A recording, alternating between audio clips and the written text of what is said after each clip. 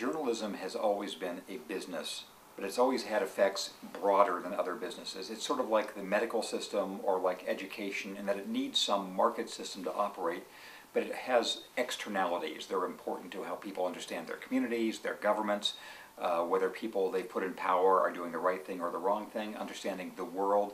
That's the sphere of public knowledge that journalism creates, sort of analogous to public health.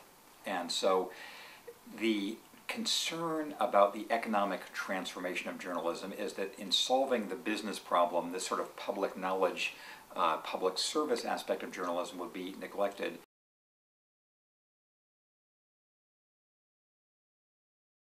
The reason we want to do this in Australia, involving people from other democratic countries, notably the United States, but also Canada and in the long run other places too, is that Australia is further ahead on a number of these issues than the US is. So it seemed to be a useful way to leverage some of the things that Australia has figured out.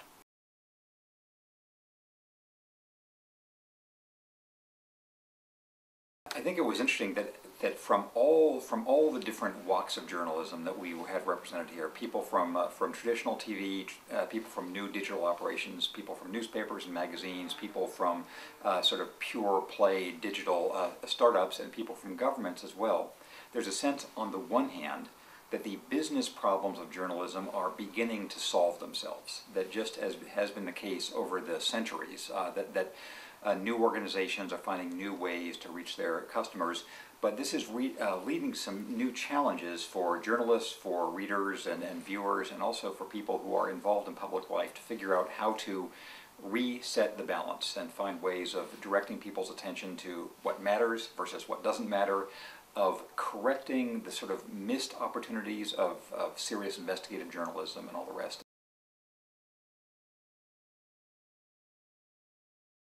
Everybody recognized the challenges, but I would compare this in a positive way. If you had this kind of session 4 or 5 years ago, it would have been entirely doom and gloom. People are just saying, my newsroom staff is being eviscerated, my readers don't care, I can't get any money, woe is me.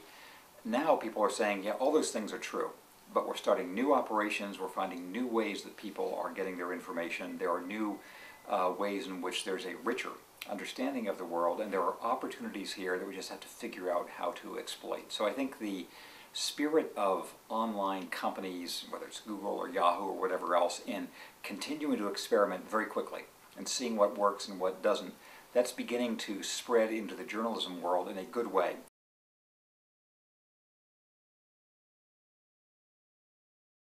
Some of our participants argued that it was taking care of itself. Others said it wasn't, but we can see ways to try to shore it up with new, inventive solutions. There'll be a complex solution combined of Australian innovations in public broadcasting and European or Canadian innovations here or there, or American innovations from purely digital media, and ways that 5 years from now we'll look back and say, oh, of course that was going to be the solution.